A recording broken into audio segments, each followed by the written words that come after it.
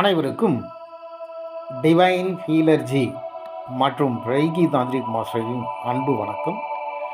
இன்னைக்கு வள்ளல் பெருமான் ராமலிங்க அடியார் அவர்களுடைய வாழ்க்கையில் நடந்த அவருடைய வாழ்க்கையில் பல்லாயிரக்கணக்கான அதிசய நிகழ்வுகள் நடந்திருக்கிறது. அப்படிப்பட்ட அதிசய நிகழ்வுகளை ஒரு சிலவை மற்றும் இப்போது பார்க்கலாம்.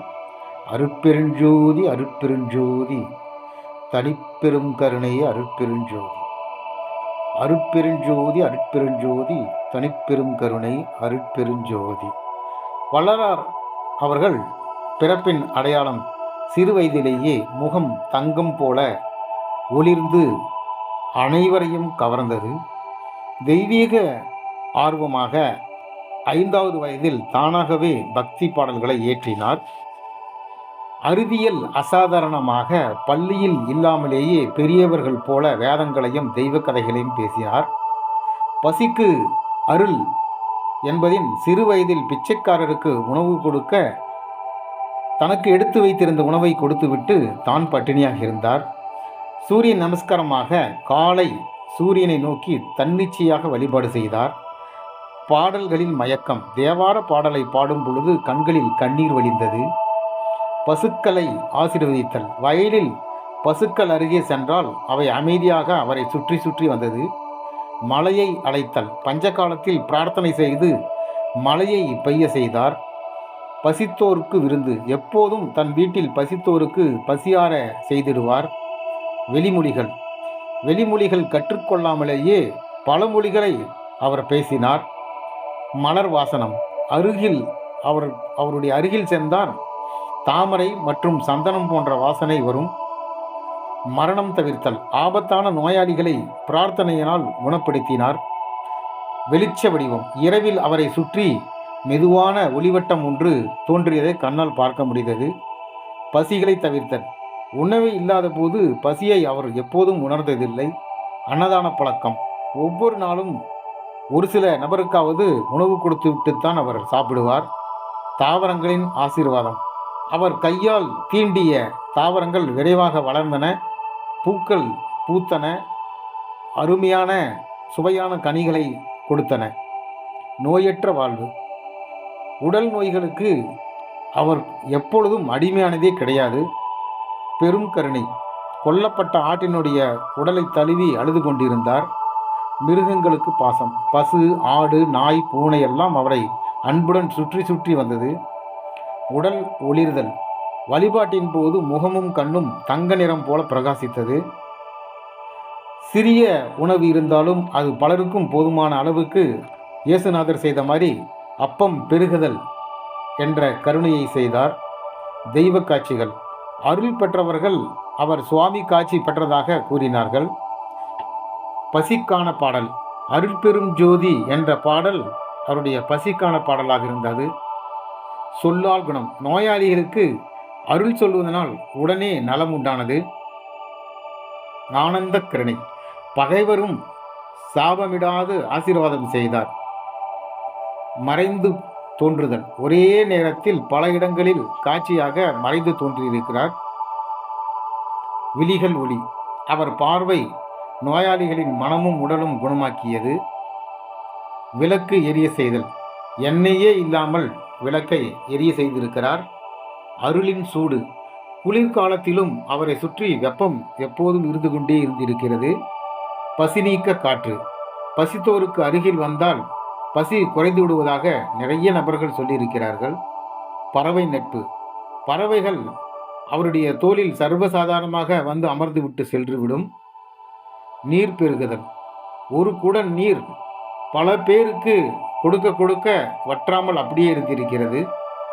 விளக்கு தீ அணையாமை. அவர் வழிபட்ட தீ காற்றிலும் அணையாமல் சுடர்விற்று காற்று அடிக்கும் பொழுது மிக வேகமாக அற்புத ஜோதியாக தெரிந்திருக்கிறது. தெய்வீக வாசனை. அவரை சந்திக்கும் முன் அவருக்கு அருகிலே சென்றால் அவருடைய உடம்பிலிருந்து தூய வாசனை, சந்தனம் போன்ற வாசனைகள் தொடர்ந்து வீசிக்கொண்டே இருப்பதை பல்லாயிரக்கணக்கான நபர்கள் சொல்லியிருக்கிறார்கள். பசி அறிந்த கருணை. அவர் சாப்பிடும் முன் மற்றவர் சாப்பிட்டாரா என்று கேட்டுவிட்டுத்தான் அவர் அமருவார். நீரில் நடப்பது, சிலர் இவர் நீரில் நடந்து சென்றதை பார்த்திருக்கிறார்கள். நீருக்கு மேல் இவர் சர்வசாதாரணமாக நடந்து போனதை பார்த்திருக்கிறார்கள். இசையால் குணம், இவர் பாடிய போது நோயாளிகளுக்கு எப்படிப்பட்ட நோயாக இருந்தாலும் அந்த நோய்கள் குணமாவதை நிறைய நபர்கள் கண்டிருக்கிறார்கள். கண்களில் ஒளி, இருளிலும் கண்களில் வெளிச்சம் போல தெளிவாக அவருடைய ஒளி மிகுந்த கண்களாக அவருடைய கண்கள் இருக்குமாம். பிரார்த்தனையால் உயிர்ப்பு, இறந்து போனவர்களை கூட உயிர்ப்பித்த சம்பவம் நிறைய நபர்கள் சொல்லியிருக்கிறார்கள். தீயிலே நடப்பது, அவர் தீயிலே நடந்து போனால் தீ அவரை ஒன்றும் செய்யாதாம். மழை நின்றது, பிரார்த்தனை செய்தவுடன் நாள் முழுதும் கனமழை பெய்து கொண்டிருந்ததை உடனே நின்று போனதாம்.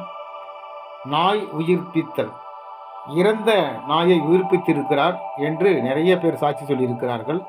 மனமாற்றம், கடினமான மனம் கொண்டவர்கள் கூட அவரை சந்தித்த பின் கருணையுடன் நடந்து கொண்டிருப்பதை நிறைய விஷயங்கள் கேள்விப்பட்டிருக்கப்படுகிறது. நோய் பரவாமல் தடுத்தல், ஊரில் நோய் பரவாமல் பிரார்த்தனையால் காத்திருக்கிறார். உடலுக்கு நிழல், கடும் வெயிலிலும் அவர் மேல் நிழல் போல மேகம் இருந்திருக்கிறது. இதே போல நிறைய மகான்களுக்கும் இருந்திருக்கிறதா நம்ம சரித்திரத்தை பார்த்துருக்கிறோம்.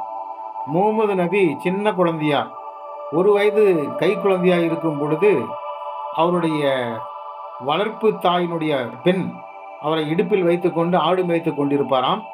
அந்த சமயத்தில் எப்பொழுதும் முகமது நபிக்கு மேல் பக்கம் மேகங்கள் கூட்டமாக வந்து நிழல் கொடுத்து கொண்டே இருக்குமாம். எப்பொழுதுமே அவர் மீது வெயில் படாதாம். இதை அந்த பெண் அதிசயமாக தன் தாயிடம் சொல்லியிருக்கிறாள். நான் முகமது நபியை எப்பொழுது இடுப்பில் எடுத்துக்கொண்டு போனாலும் என் மேல் நிழல் வெயிலுடைய சூடு எப்பொழுதும் பட்டதில்லை, மேகங்களுடைய நிழல்கள் வந்து தடுத்து விடுகின்றன என்று. இதே போலத்தான் கடுமையான வெயிலிலும் வள்ளலார் அவர்களுடைய மேலே எப்பவுமே வெயில் பட்டதில்லையாம், மேகங்கள் வந்து சூழ்ந்திருக்குமாம். கடவுளின் குரல், அவர் பாடும்போது அருகில் இருந்தோர் தெய்வ குரல் கேட்பதாக சொல்லியிருக்கிறார்கள். உடல் வலி அகற்றுதல், கையை வைத்தாலே எப்படிப்பட்ட நோய், உடல் வலி, எந்த ஒரு பிரச்சனை இருந்தாலும் அவர்கள் குணமாகிவிடுவதை பலாயிரக்கணக்கான நபர்களுக்கு செய்து காட்டியிருக்கிறார்.